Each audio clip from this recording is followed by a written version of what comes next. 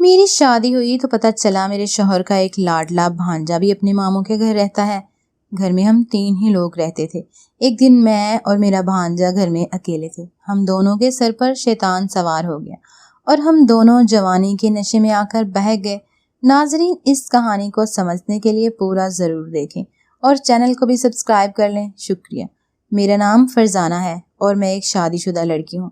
میں جب شادی کر کے اپنے سسرال آئی تو معلوم ہوا کہ میرے سسرال میں صرف 2 ہی لوگ رہتے تھے، ایک میرا شوہر اور ایک اس کا بھانجا۔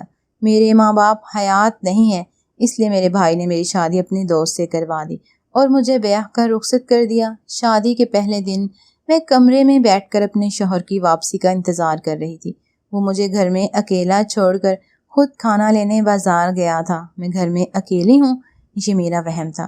میرے سر میں درد ہو رہا تھا، اس لیے میں صوفے کے ساتھ سر لگا کر آنکھیں بند کر کے لیٹی تھی کہ اچانک مجھے ایسا لگا کسی نے میرا ہاتھ پکڑا۔ آ گئے ہیں آپ؟ میں نے مسکرا کر کہا اور آنکھیں کھولی تو سامنے اپنے شوہر کی جگہ کسی اور لڑکے کو دیکھ کر میں سہم گئی اور چیخنے لگی۔ مجھے لگا گھر میں کوئی چور گھس آیا ہے۔ ارے ممانی، کیا ہو گیا ہے آپ کو؟ کیوں چیخ رہی ہیں؟ میرے شوہر کے بھانجے نے میرے منہ پر ہاتھ رکھتے ہوئے کہا۔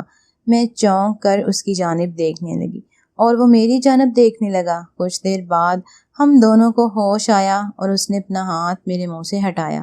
کون ہو تم؟ میں نے ڈرتے ہوئے پوچھا۔ میں عفان ہوں، عمران ماموں کا بھانجا ہوں اور ان کے ساتھ اسی گھر میں رہتا ہوں۔ اس نے مجھے اپنا تعارف بتایا۔ وہ جوان لڑکا تھا اور میرا شوہر ذرا پکی عمر کا تھا اور میں خود بھی درمیانی عمر کی تھی۔ مجھے لگا پتہ نہیں گھر میں کون گھس آیا ہے۔ تمہارے ماموں نے مجھے یہ بات نہیں بتائی ہے کہ تم ان کے ساتھ ان کے گھر میں رہتے ہو، میں نے بات کرنے کے آغاز میں کہا۔ وہ اکثر باتیں بتانا بھول جاتے ہیں، لیکن آپ پریشان مت ہوں، اب میں آپ کے اور ان کے ساتھ ہوں، سب کچھ یاد کرواتا رہوں گا۔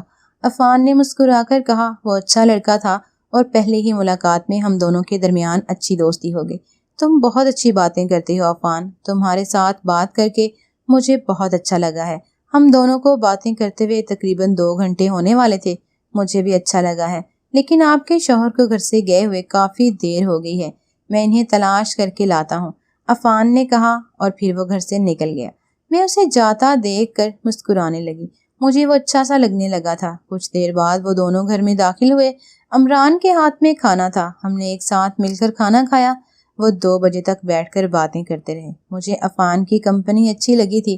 کچھ دیر بعد عمران مجھے اپنے ساتھ کمرے میں لے آئے اور کہنے لگے، عفان میرے بچوں جیسا ہے، میں نے ہی اسے پالا ہے، تم سمجھدار لڑکی ہو، مجھے امید ہے تم اسے گھر سے نکالنے کی کوشش نہیں کرو گی اور اسے دل سے اپناؤ گی۔ عمران نے مجھ سے پہلی بات یہی کہی۔ آپ پریشان مت ہوں، میں عفان کے خلاف کچھ نہیں کہوں گی، وہ اس کے ماموں کا گھر ہے، جب تک رہنا چاہے رہ سکتا ہے، میں نے مسکرا کر کہا۔ عفان مجھے اچھا سا لگنے لگا تھا۔ عمران کو میری یہ بات بہت اچھی لگی اور انہوں نے میری خوب تعریفیں کی۔ عمران بہت محنتی تھے، صبح کام پر جاتے اور رات کے وقت گھر واپس آتے۔ میں سارا دن گھر میں اکیلے رہ کر بور ہو جاتی۔ میں اپنے کمرے میں آرام کر رہی تھی کہ اچانک بجلی چلی گئی اور میں بور ہونے لگی۔ تبھی میرے کمرے میں عفان چلا آیا اور کہنے لگا، ممانی میں بہت بور ہو رہا ہوں، آئیں کچھ کھیلتے ہیں۔ وہ ہاتھ میں لوڈو اٹھائے کمرے میں داخل ہوا۔ آؤ کھیلتے ہیں، میں بھی بور ہو رہی ہوں۔ میں بھی مان گئی اور پھر ہم دونوں کھیلنے لگے۔ کھیل کے دوران ہم دونوں میں شرارت ہونے لگی۔ عفان نے میرا ہاتھ پکڑ لیا اور مذاق میں مجھے اپنے نزدیک کیا۔ ہم دونوں ایک دوسرے کی آنکھوں میں دیکھنے لگے اور ایک دوسرے میں اتنا کھونے لگے کہ اس نے مجھے مزید اپنے قریب کر لیا اور پھر ساری حدیں پار کر دی۔ ہم دونوں پر شیطان حاوی ہو گیا تھا، اس لیے ہم نے وہ سب کچھ کر دیا جو ایک میاں بیوی کے درمیان ہوتا ہے۔ سب کچھ کرنے کے بعد مجھے احساس ہوا کہ میں نے غلط کر دیا ہے۔ میں اپنا سر اپنے گھٹنوں میں دے کر رونے لگی۔ عفان شرمندہ نہیں تھا، وہ پہلے مجھ سے کچھ فاصلے پر کھڑا ہو کر مجھے روتا ہوا دیکھتا رہا، پھر کہنے لگا، ہمارے درمیان جو کچھ ہوا ہے ہم دونوں کی رضامندی سے ہوا ہے، اسی لیے آپ اکیلے مجھ پر اس گناہ کا الزام مت لگانا اور نہ ہی ماموں کو کچھ بتانا، مجھ سے زیادہ آپ کا ہی نقصان ہوگا، عفان نے مجھ سے کہا۔ اس کی بات سن کر میں نظریں ہٹا کر ان کی جانب دیکھنے لگی۔ ہاں میں جانتی ہوں ہم دونوں کی غلطی ہے، جو ہوا اسے بھول جاؤ، میں نے اپنے آنسو پونچھ کر کہا۔ میں چاہتی تھی عفان بھی آج جو ہوا اسے بھول جائے تاکہ اس کے ذہن میں دوبارہ میرے قریب آنے کی تمنا نہ جاگے۔ ہاں میں بھی بھولنے کی کوشش کروں گا، عفان مجھے گہری نظروں سے دیکھ کر بولا اور پھر کمرے سے باہر نکل گیا۔ مجھے اس کے ارادے اچھے نہیں لگ رہے تھے۔ عفان کے جانے کے بعد میں نے کمرے کو بند کر دیا اور خود کو نارمل کرنے کی کوشش کرنے لگی۔ سارا دن مجھے ایسا ہی محسوس ہوتا رہا کہ جیسے عفان میرے دروازے کے باہر کھڑا ہوا ہو۔ مجھے بہت زیادہ خوف محسوس ہونے لگا۔ رات کے وقت جب عمران گھر واپس آئے تب میں نے کمرے کا دروازہ کھولا۔ میرا روتا ہوا چہرہ اور سوجی ہوئی آنکھیں دیکھ کر وہ سمجھ گئے کہ کچھ ہوا ہے۔ کیا بات ہے؟ تم کچھ پریشان سی لگ رہی ہو۔ تمہارا چہرہ دیکھ کر لگ رہا ہے جیسے تم روئی ہو۔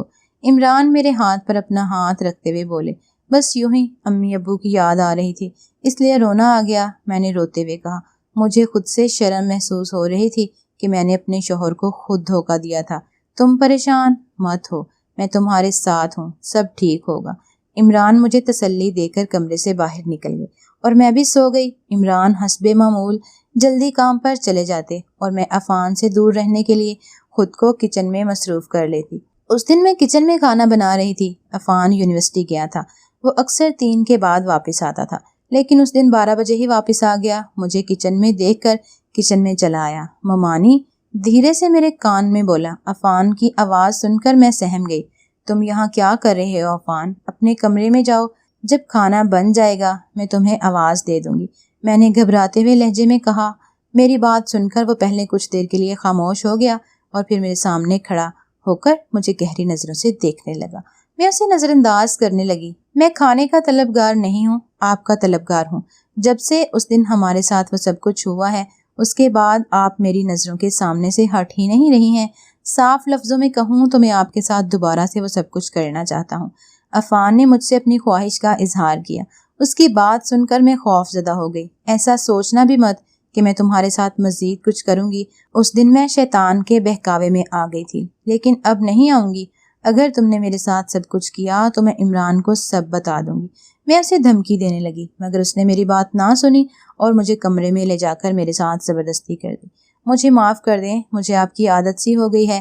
اتنا کہہ کر وہ کمرے سے چلا گیا۔ میں پھوٹ پھوٹ کر رو پڑی۔ شام کے وقت عمران گھر آئے اور مجھے بتایا کہ میری بھابھی جل گئی ہیں آگ لگنے سے، مجھے کچھ دن ان کے پاس ہی رہنا ہوگا۔ میکے جانے کی خبر سن کر میں خوش ہو گئی اور اسی وقت میکے چلی آئی۔ مجھے میکے آئے 15 دن ہی ہوئے تھے کہ مجھے ماں بننے کی خوشخبری ملی اور عمران مجھے گھر واپس لے آئے۔ میں نہیں جانتی تھی کہ یہ بچہ عمران کا ہے یا عفان کا۔ اس دن میں صحن میں بیٹھی تھی، عمران گھر سے باہر گئے تھے۔ عفان میرے پاس آیا اور پھر سے مجھے اپنی ہوس نکالنے کا کہنے لگا۔ میں ہر بار اس کے ہاتھ ذلیل نہیں ہونا چاہتی تھی۔ میں تمہارے بچے کی ماں بننے والی ہوں عفان، اور یہ بات میں سب کو بتاؤں گی، پھر تمہیں مجھ سے شادی کرنی پڑے گی۔ عفان سے پیچھا چھڑوانے کے لیے میں نے ایسے کیا۔ بچے کا سن کر وہ گھبرا گیا اور وہ میرے پاس سے چلا گیا۔ کچھ دن بعد وہ گھر چھوڑ کر اپنے چاچے کے ہاں چلا گیا اور میں سکون کے ساتھ زندگی بسر کرنے لگی۔ اگر میں اس پر بچے کا الزام نہ لگاتی تو وہ میرے ساتھ تاعمر ایسا ہی سلوک کرتا رہتا۔ 9 ماہ بعد میرے ہاں بیٹا ہوا۔ میں نے چپکے سے اس کا اور اپنے شوہر کا DNA کروایا تو وہ میچ آیا۔ یہ خبر سن کر میرے ضمیر کو سکون مل گیا اور اب میں خوش ہوں۔ عفان نے کبھی ہمارے گھر کا رخ نہیں کیا۔ یہ بات عمران کو اب تک پریشان کر رہی ہے۔